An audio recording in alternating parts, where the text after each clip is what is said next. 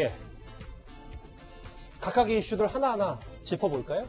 4월 총선이 100일도 남지 않았는데 연일 청와대 인사들의 총선 차출설이 뜨겁습니다.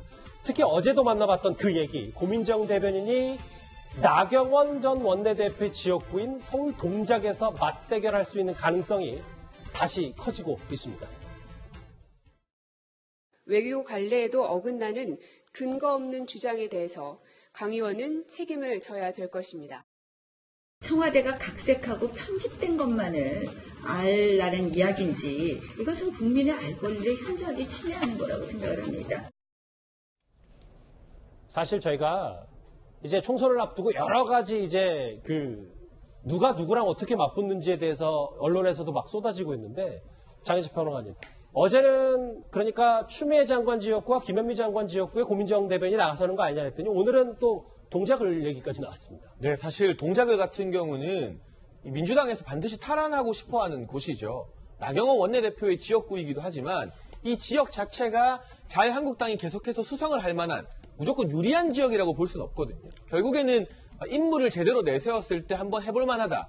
그리고 특히나 나경원 원내대표를 꺾게 되면 그 상징성이 상당히 크기 때문에 단순히 서울 지역 국회의원 한석 이상의 의미를 가지게 됩니다. 청와대 대변인하면서 또 비정치인 출신으로 비교적 이미지가 좋다고 민주당 내부에서 평가받는 고민정 대변인을 고향이나 또는 광진보다는 동작에 보내고 싶어하는 게 민주당 지도부의 마음일 수도 있겠습니다만 제가 생각했을 때 고민정 대변인이 과연 동작을 받을 것인가, 나경원 원내대표가 지역구 관리 상당히 잘하고 있는 것으로 또 정평이 나 있는데 유은혜 장관이나 김현미 장관의 고향 같은 경우는 지역 텃밭에 있어서 정치권에서 여권에 비교적 유리한 곳이라고 본다면 동작 같은 경우는 고민정 대변인도 패배를 각오하고 올인을 해야만 하는 지역입니다.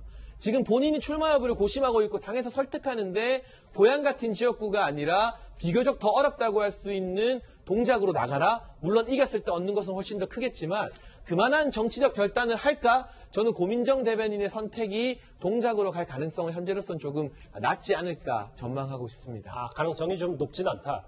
경기도 고양 그리고 서울 광진에 이어서 동작까지 청와대 대변인이 출마를 결심해도 어느 지역 갈지는 참 여당 입장에서도 고민이 될 듯합니다.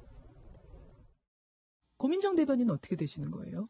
그러게요. 저 좀 물어봐 주세요. 저 어떻게 되나요? 제 앞날을 제가 알 수가 없더라고요. 누군가 그랬어요. 청와대 생활이라는 게 들어오는 것도 내 맘대로 못하지만 나가는 것도 내 맘대로 못한다더라. 거기에 대해서는 오히려 별 큰 뜻은 없습니다.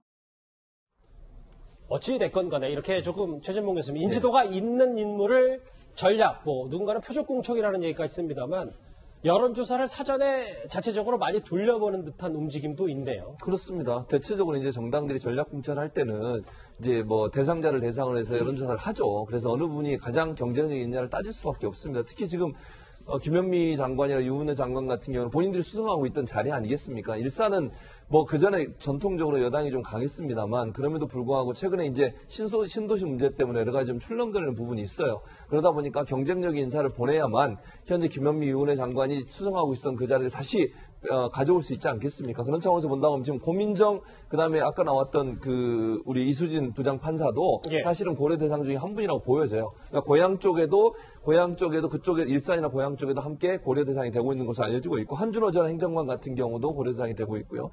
또 그다음에 김홍걸 김대중 전 대통령 아들 이분도 고려 대상이 되는 것으로 알려지고 있어요. 이분들을 대상으로 해서 아마 올려지고 여론조사 하고 있고 또 하나의 선택은 이거예요. 그러니까 중량감 있는 의원과 신인을 패키지로 보내는 방법도 고려 중이어서 다각도로 전략공천을 향한 조사들이 이루어지고 있는 것으로 이렇게 알려지고 있습니다. 총선 출마를 위해서 청와대 인사들의 줄사태가 이어지고 있는 가운데 어제 대통령의 목심 윤건현 국정상황실장까지 차출이 됐죠. 이를 두고 야권에서는 비판의 목소리가 있습니다. 같이 들어보실까요? 청와대 인사들이 출마 목적으로 잇따라 사퇴하면서 청와대가 인사 소용돌이에 빠졌습니다. 그들의 출마를 시는 바보들의 행진이나 다름없습니다. 그러나 채워지는 사람들도 그 밥에 그 나물이어서 문재인 청와대의 무능은 계속될 터입니다. 이현정 의원님. 네. 먼저 이 얘기를 짚어보기 전에 정치부 취재 꽤 오래 하셨는데 총선을 앞두고 청와대 인사들이 이렇게 거의 70명 가까운 인사들이 총선에 차출되나 이런 거 보신 적 있습니까? 저도 처음입니다. 이게 예전에 노무현 대통령 시절에 그때 제가 알기로 한 20명 가까이 출마했고요. 이명박 대통령 시절에 한 10명 가까이 출마했었어요. 주로 이제 수석급들이 많이 이제 출마를 하죠. 아무래도 정치인 하다 오신 분들이 많으니까.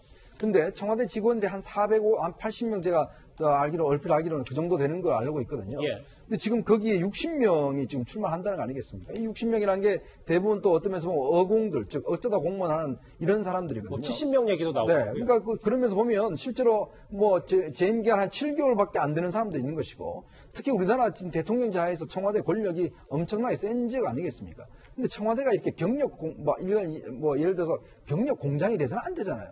사실은 청와대라는 게 책임있게 어떤 면에서 일을 해야 되는데 저는 왜 이렇게 국정 혼란상이 일어났을까라는 걸 따져보면 이 청와대에 근무하는 것 자체가 정말 자기의 경력을 만들기 위해서 근무하기 때문에 이런 일이 벌어지는 게 아닌가. 왜냐하면 또 딴 사람이 올라오게 되면 업무 파악하려면 또 상당 시간 걸리고 또 이런 사람들 나가서 하면 청와대 왔다고 해서 또 완장차가 나오고 아마 민주당도 굉장히 곤혹스러울 겁니다. 다들 청와대 나왔다고 이야기를 하면 이게 어떤 면에서 통제할 수도 없는 것이고 옥석도 못 가리고 그러면서 본다면 민주당 내에서도 아마 이번에 공천할 때 상당히 좀 불이익을 준다는 이야기도 있습니다. 그래서 뭐 싱크탱크 민주연구원장의 양정철 원장도 크게 기여한 것도 없이 청와대 경력만 대서서 출마하는 사람도 많다.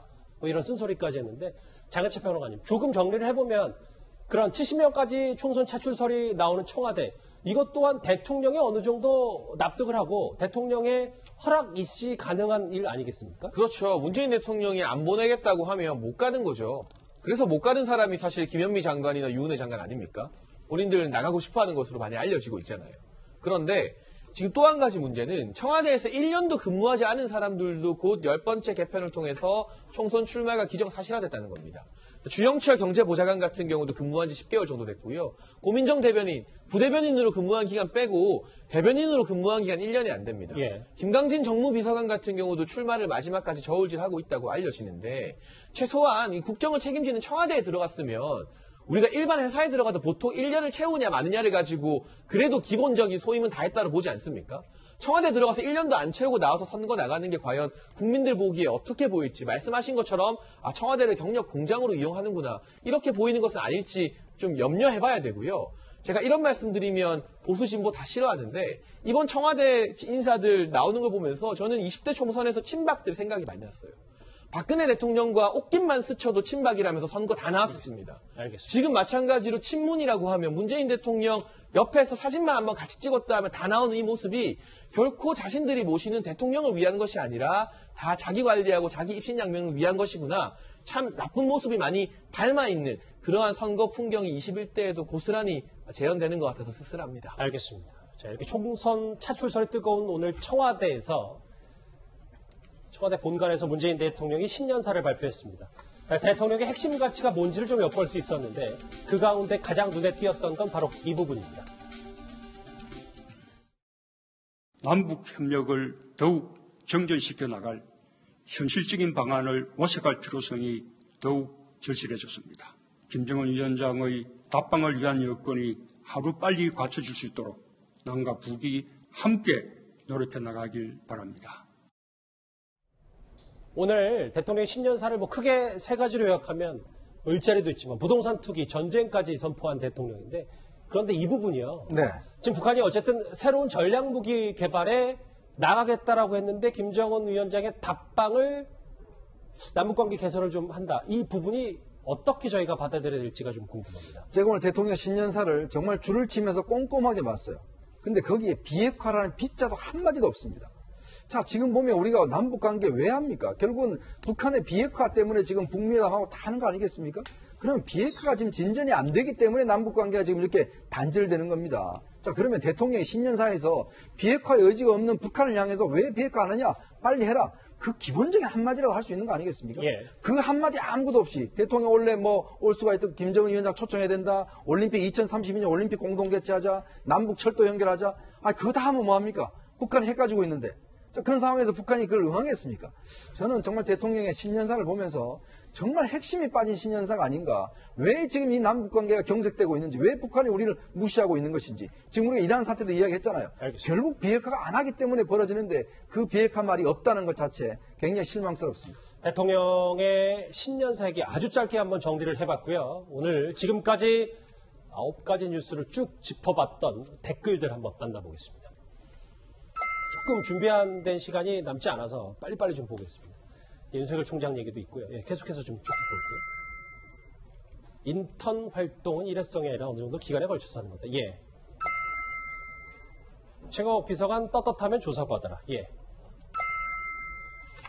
어떻게 임재영입 2호, 5호 전 소방관 청년 마인드가 맞냐? 예, 마지막 댓글 볼까요?